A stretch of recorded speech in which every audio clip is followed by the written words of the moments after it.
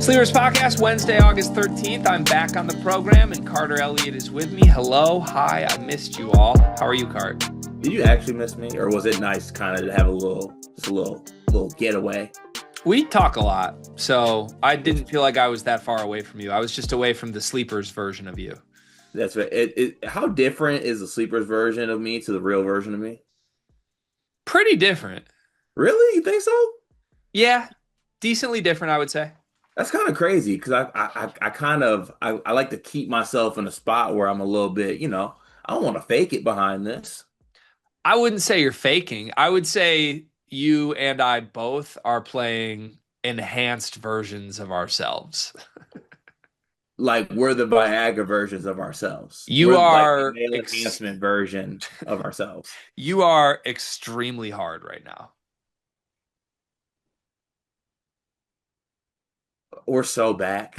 We are disgustingly back. What do you think the longest break we could go without actually speaking to each other is? In a platonic way, of course. Genuinely don't think you and I could go 7 days without a text message to each other. Do you think we could get by? I don't think I would want that. No, I don't think we could. I think one of us would break that within 7 days. Yeah, I agree too. Also, let's just not talk about worlds we don't want to live in. Yeah. Are we going to acknowledge the fact that I have a signed Le'Veon Bell jersey behind me?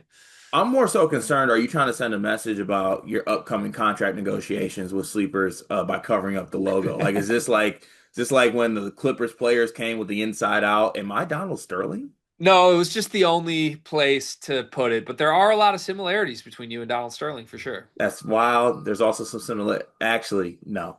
Um, is there any way we could possibly finally take down the Big Ten Tourney Champs banner and throw up the Le'Veon Bell? Is that ever coming down? No? Why? I No. I won a championship. Okay, By the respect. way, shout out to Dion for going to war for me in one of those videos. I heard him in the Oh, moment he be like, did. "Yeah, championships, championships." He went to big war. Big war. Um, in the future though, I hope that I'm not sure when it's going to happen. You got to give me some parenting advice on this one. But when Murph does acquire a cell phone, I'm going to text her and I'm going to bribe her with whatever she wants, probably like a Bluey t-shirt, whatever she's into at the time, maybe a Miss Rachel on Ice ticket. And I'm gonna be like, go down to daddy's office and rip that sign apart. Yeah, joke's on you. I locked the door. For real? Not yet, but I will now Oh, after I heard this. Yeah. damn it. That's why you don't show your cards, guys. Yeah. You're a big card shower. I'm a massive card show. I can't bluff for shit. Um, That is honestly pretty hard given the lies you tell. Like being a liar who can't bluff is kind of like being a college basketball player who can't jump. it's only with you though. Everyone else, I got in a tizzy. You are just, you do something to me, Gregory. That's the nicest thing you've ever said to me. I appreciate it. 80s in volume, dog. 80s in volume. Should we get to the YouTube comment of the day? Please. So yesterday we did the taking a leap exercise, and we had 5 players to go from the bench to All American. And somebody said that actually a good amount of people seem to think that we forgot about Flory Badunga. Do you think he belongs on that list? Yeah, I think he does. Yeah, I think that's honestly a good shout. So I'll ask you this: we had Pettiford, Hogg, Ian Jackson, Carter Knox, and I'm forgetting Christian Anderson. Christian Anderson. Who are you removing for Floyd Badunga? Or do we extend the list to 10 and add Floyd Badunga? Christian Anderson wouldn't have been on my list. Because he started too many games, or just because like he's not breaking out as much? He started what, the final 7 games of the season? I think yeah, they had hella injuries. Yeah, but he played like 35 minutes and was awesome at the end of the year. So I would have not let that one slide. But also I get that like we want to praise Christian Anderson in every single segment this summer. Yeah, So it's going a little too far, honestly. Every segment we bring him up. shout out to Christian Anderson. He's great. But yeah, he already started games, so he would have been off for me. Got it. I think that would have took other people off our list too, unfortunately. But Yeah, did we just do a bunch of guys who started games on the guys who can go from the bench to All-American list? well, I think we said the majority of the year was all like Christian Anderson Okay. did like a handful of games. Todd Pettiford did not start any games. Yeah, I don't that think Pettifer was the best answer for did sure. Thomas Hogg start any. I don't know if Carter Knox did. Carter Knox might have been on edge there, Um, yeah, but I don't I'm know. pretty I sure can he look didn't him up. start any games either. I don't think Carter Knox did. I don't think. Thomas Haw started 5 games. Okay, handful, Let's see on Carter Knox. less than a handful, less than a handful, less than a Christian handful. Anderson started 7. That's more than a handful. That's on edge. Carter Knox. Less than a handful, Dude, less than a Carter handful. Knox started all of SEC play. Shut the hell up, actually. He started 20 plus games. Oh, that's what happens when you let me host. Yeah, so maybe next time let's just pick guys that didn't start for the guys that didn't start exercise. But That overall, was pretty good. yeah, Carter Knox is Dion's fault though. Could we fact check it maybe? It was my fault. I'm lying. I brought up Carter Knox. I insisted he was on the list, but I insisted he was on the list too because Dion was trying to put Colin Carr on it, and I actually stepped up and said no. Cohen Carr would have been a better answer than all the guys who started for guys who didn't start. Dog, fuck this company sometimes for real. I just can't win. Really can't. You know where I can win? Actually, I can't win here, but let's get to the Discord. Please join the Discord. 9.99 a month. You can join in on Let Me Have It. And part of that is you get your comments read every single day on the show. Also, I need to respond to the allegations. I'm not skipping comments. Discord, I'm calling you out. We're not getting any comments. We get all hail the Pope asking us to do absolute 980 tricks on it for the SEC, and then War Chant asking me about 80s shit. Why don't everyone else tune in here besides T Steffi and we can have a good comments day on the Discord? Yes, Greg. Maybe people are discouraged at submitting their comments because when they submit a comment, you actually read it 50% of the time. And the 50% of the time that you do, your answer to the comment is literally no. And then you move to the next one. Yeah, allegations, man. I feel It's like I'm doing just a not great an job in the inviting comments. environment. I'm doing a great job in the comments. Yeah, I think it might be time for like midterms. I think it might be time for like a what do they call that in the corporate world? Like a Quarterly review. yeah, I think it might be time for a sleeper summer review. That's fine. All I'll say is watch it. I think we got to call everybody into the office and just have like a are we doing our due diligence here with the content? Are we? I mean, I think the way we've handled comments has discouraged people from sending comments. You just read them and then say no and shit on them and then we move on. Well, the comments stink. Have better comments. That's what I say to that. All right, All right, here we go. we'll take this offline. We'll talk.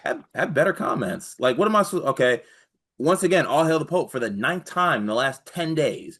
When do you all predict all sleepers teams' first loss? We did that already. Thank you. War chant. Disrespecting the elders is a crazy stance. Gives me a reason to continue the 80s bit. I'm not participating in the 80s bit. War chant once again. For the record, very confident Carter would love the 80s. I'm not doing that comment. Last comment of the day. All hail the Pope. The reason Kentucky wants the game with L's down to be late December, like it always has been, is because it was a great Christmas present to beat them. That's funny. Also, I very much enjoy that Louisville and Kentucky are playing on the first game of the season because I think the first day is a little bit underwhelming. So I appreciate them scheduling it on the first day of the season. That is the Discord comments for today. I don't know what to do with this. Let's just move on. That's the Discord comments today. Yep. Be We're better, brought to you Discord. by nobody, which makes a lot of sense. And let's get to the show. The guys over at CBK Report, College Basketball Report, stirred the internet into a frenzy this week with their picks for the 21st century college basketball Mount Rushmore.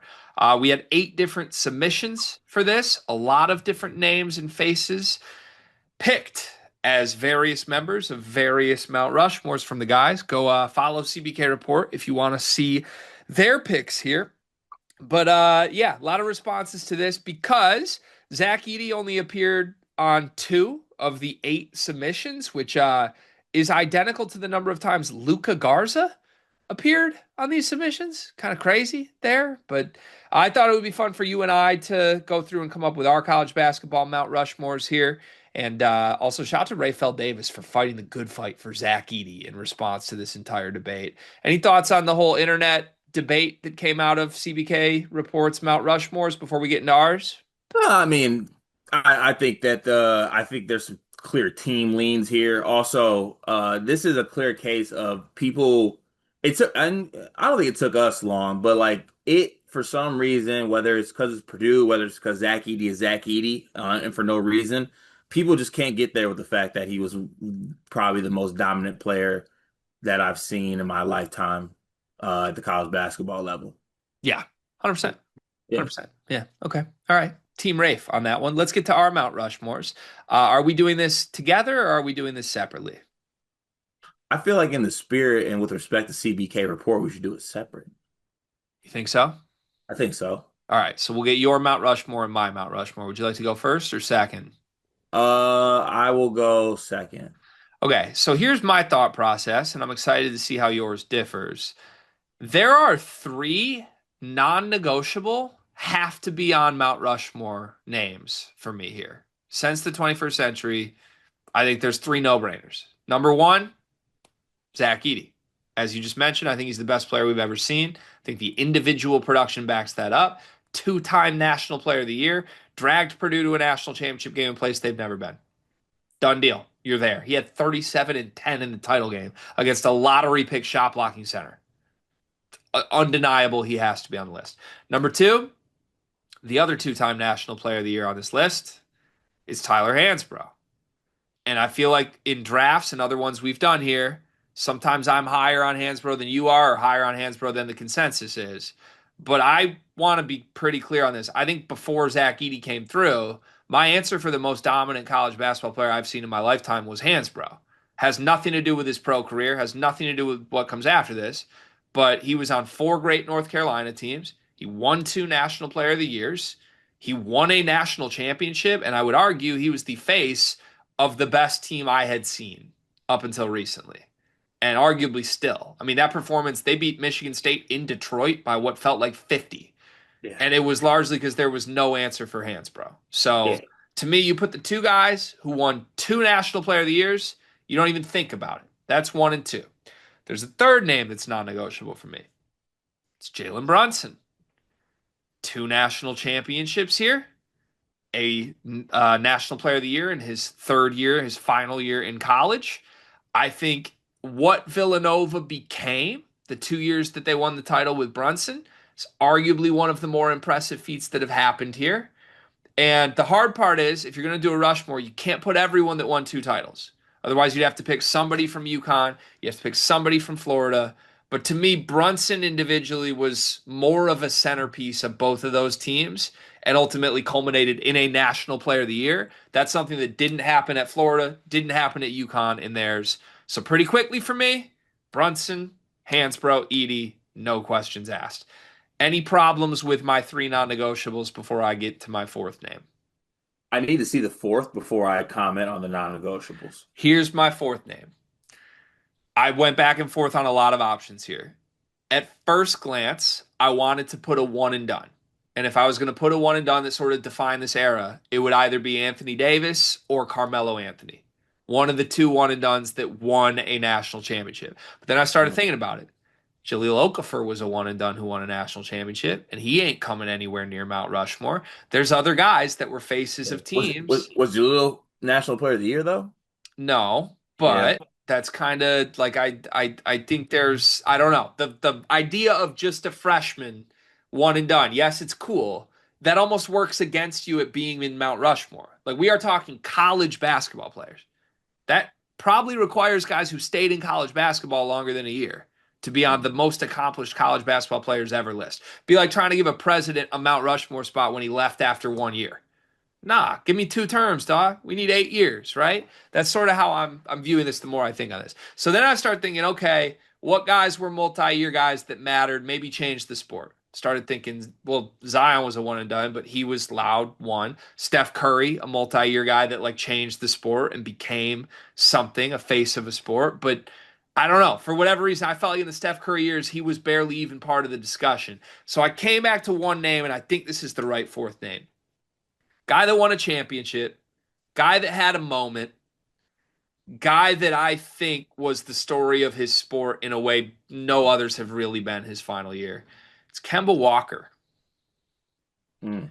I think Kemba Walker defined a year of the sport. The Kemba run, the 9 straight wins, the step back where he dropped McGee in the Big East tournament. And honestly, Cart, if we're doing 21st century, UConn has to be represented here somewhere. And it feels right to put, I believe, the most impactful UConn player in this stretch on the list. So there's my Mount Rushmore: Zach Edey, Tyler Hansbrough, Jalen Brunson, Kemba Walker. Your thoughts, and then I want yours. So Edie, only player on there without a title. I Yep. will. So that I mean, back-to-back player of the year, so he was dominant.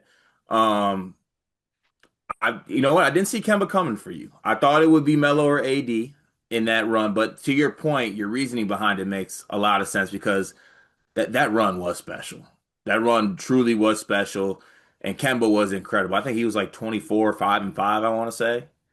Like in that like 40 from the field and like 35 from three maybe. So like and it was the run was just special, bro.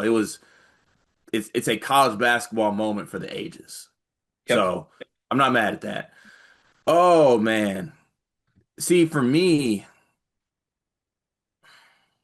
it is hard to do because I guess you got to think like I can't get the thought out of my head that I was like, if one of these one and dones played for 4 years, like would they have a more accomplished career than Tyler Hansbrough?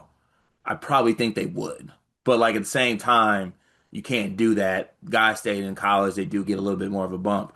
Um, so I have Edie on here. I have I have Carmelo on here, and I have Kemba. I like those. I like those picks. On the last one, actually, I'm sorry. I'd like to remove Kemba and add Jalen Brunson. So I have those. I have Edie, I have Melo, and I have Jalen Brunson. It's so hard for me not to do like some players here that just like change my life college basketball wise. Like for my Mount Rushmore, Kevin Durant's on there, but obviously the success wasn't there. But KD was incredible. Michael Beasley also incredible. Um, but I do think you got to have somebody on there that did kind of.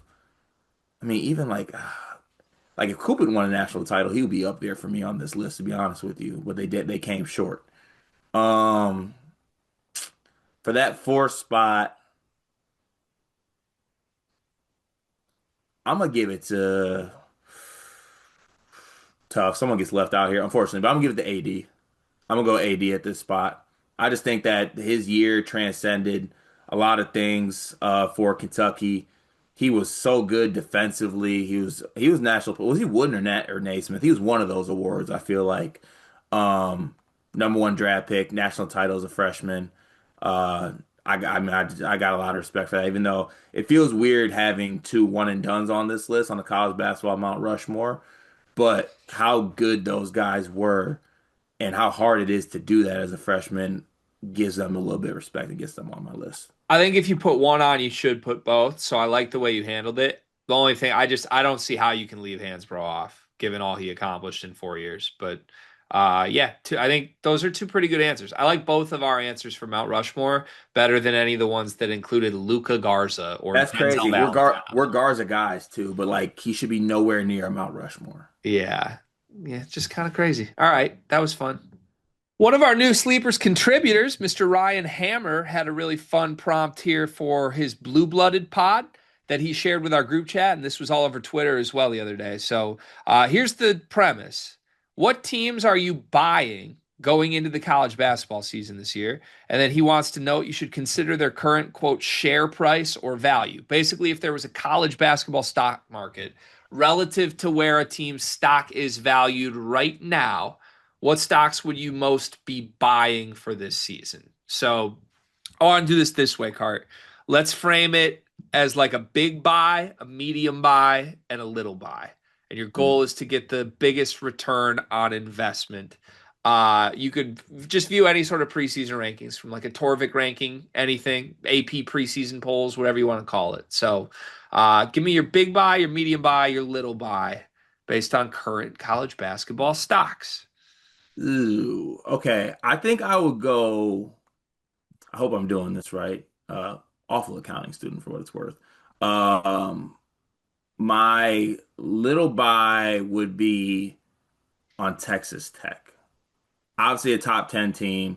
JT Toppin on that team. Christian Anderson, I think, is going to have a breakout year. I like the pieces around that team more than I think others kind of do, but they still are a top 10 team. But I don't know if anyone's really talking about them being like a national champion or a certified Final Four team like some of the other teams. Okay. Also, LOL at we just do Christian Anderson for everything. And first answer is Texas Tech. I like it. It is what it does. Do you want to do your low buy or do you want to No, you me? give your three first, then I'll go. Okay. My medium is Creighton. I think Creighton's anywhere between like 20 and 25 on most lists. Um, I think that the roster, the transfer class portal that they have, I think Blake Harper's really good. Owen Freeman's really good. Josh Dix is good. Gray's underrated. I even like some of the freshmen they get. I think Hudson Greer could have a role. Jackson McAndrew, year two. Isaac Trout, old, steady role player. Uh, and I think McDermott's gonna eventually, on his way out, maybe get over that mountaintop eventually. I don't know what the mountaintop looks like, but I would like to buy that in the medium range. And then my high one, the one that I think I'll go with, probably Ohio State. I believe in the roster. I think Bruce Thornton's really good. Year two Mobley, Devin Royal without other bad bigs around him. Tilly, pretty underrated ad in my opinion. Um, yeah, and I think eventually, I think the talent on that roster, I think will be better than people think. And I think they're mostly unranked amongst most spots. Okay. I like that. So Texas Tech's the one you like the most though? Yeah, Okay. All right. Yeah. The all three of those for what it's worth. Well, I don't know. I'm you looking at Torvik right now. You have Ohio State who's valued 19th in Torvik really. preseason. So that one Mm. feels like a little bit of a risky buy. Does feel a little bit risky. Torvik's catching me off guard there. You didn't expect Uh, that? You didn't see that one coming? No, I didn't see Torvey being on that page. Also, Torvey called Georgia Tech the second most talented team in the country, so I really have to be careful with him. Yeah, this is true. This is extremely true. All right. Okay, I'll get to mine here. I am starting with one that I've talked about a little bit briefly, but I keep coming back to it more and more and more. I want to buy Wisconsin. I think they have a really good chance to potentially finish top two in the Big Ten this year. I think no one is viewing them on UCLA and Michigan's level, and you should be. I think they have the no-brainer superstar in John Blackwell, who probably should be considered the second or third best player in the Big Ten, but again, isn't getting the love that we give like a TKR or a Yaxel. There's no questions with him. He's already awesome, and now he's going to get half of Tanji's stuff. He's going to be great. I love the Nick Boyd ad. I think Nolan Winter's an obvious breakout candidate. Greg Gard gets none of the credit he deserves. They are pretty much consensus outside the top 25, and I would bet a lot of money Wisconsin ends up finishing the season in the top 25. So I'll buy them and feel really, really good about it. The second one is going to be a long shot chance here that I don't know how you'll feel about it. I'm going to buy some Notre Dame. Gregory, I don't want to ride your coattails here, but I like a little piece if you don't mind. I'm going to buy some Notre Dame because, listen, Marcus Burton is one of the only players in the country that we know is a 20 points a game scorer. Braden Shrewsbury was pretty good last year. Like, they have a backcourt that has played a bunch of minutes that still has 2 years left. I think all of Notre Dame's issues the last couple of years have been what they have around them.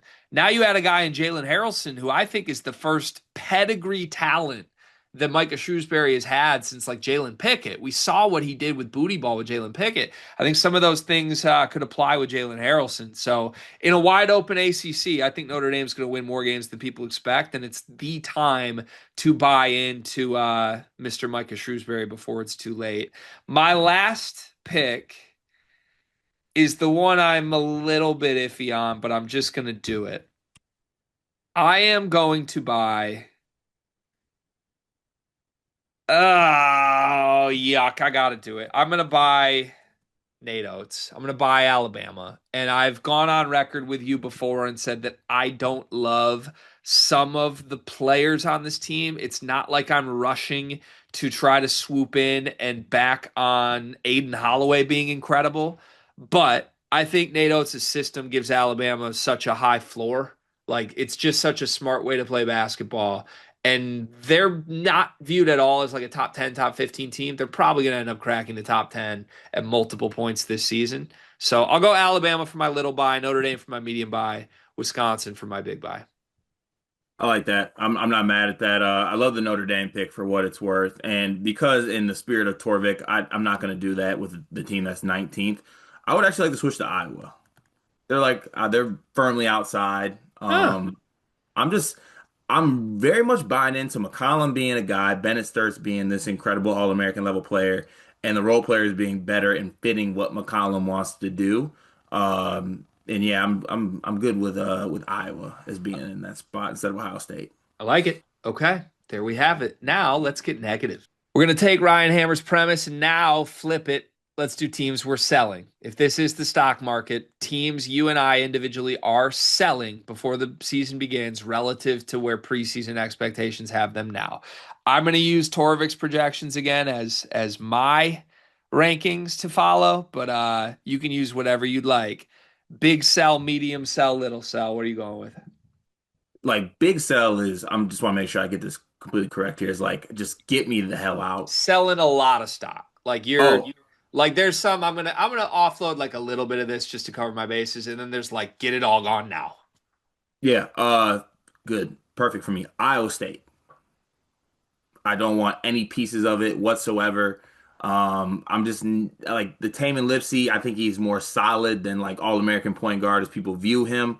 Um, they lose Gilbert and they also lose Curtis Jones. I'm also docking them for losing Oscar Clough, who they were supposedly almost going to get before Matt Painter put them in the torture chamber.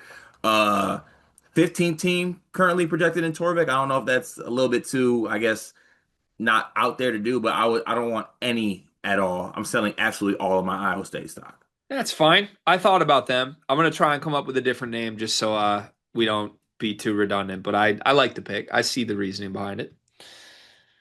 Medium, Auburn. Is that fair to do, or are they not low, or are they a No, little bit that's too? fine. You can play this however you want, Cart. That's fine. Okay, I like to do Auburn only because like I just think that obviously even outside of Janai Broome, Miles Kelly played a really good role for this team. So did Chad Baker Mazara and Keyshawn Hall is Keyshawn Hall. Tahad Pettiford, I love the kid. I have this awful thought just keeps pecking in the back of my head that there's some type of year two, like him as the main guy. It isn't as sweet as it should be. And I don't know. I would like to not get all the way in on that. Also, their coach might be a politician in 9 months or 3 months, maybe even shorter than that. So I'm just out of there on that. And then little bit probably would have flipped this if we did this segment a little bit earlier. I'm just gonna sell a little bit of my St. John stock. I feel like I was gonna do full sell to start the summer. Now I only want to do a little bit just because I wonder if there's a world where the pieces don't fit. But at the same time, I do think that Patino did a really good job in getting some talented players. Bryce Hopkins is on the team. Like I think there is a lot of talent there. Okay. I like it. I like it. I'm gonna steal one of your answers. I thought I could get away without being too redundant, but I'm gonna steal it because I already had it locked in. I'm gonna shock you first, though. My biggest sell is my own team, the Michigan Wolverines. Whoa. We're getting close to the season.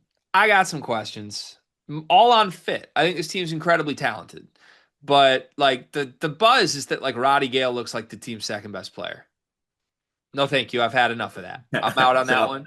so And look, I think Dusty's going to figure it out. I think this is a team that will get better as the season goes on, but it probably shouldn't surprise people as someone who is a skeptic of both Elliot Cadeau and Ade Mara. I have questions on how this team works out. So right now, Torvik has Michigan. Man, he has them third. That's higher than anyone else does. But if I can sell stock as if Michigan's the third best team in the country, Card, I straight up don't think there's a world where Michigan's better than like 10th in the country. So I'll sell on that and feel pretty confident. My medium sell is the St. John's Red Storm. Yeah, just don't want any part of this. Rick Pitino's ominous quotes about like there's no more point guards in the world. No, you just didn't recruit a point guard. And I think it's kind of going to be a mess. So you hit on the key points for me. I'll keep it moving. My third sell scares me too, but I'm going to do it. I'm selling Kansas. And I don't think Kansas has the most hype right now. But, Carl, let me just remind people in bullet point form. This is a team whose marquee offseason ads from the portal were Jaden Dawson, Melvin Council, and Trey White. All those guys are projected starters. Their center's 6'8.5". It's all on one freshman.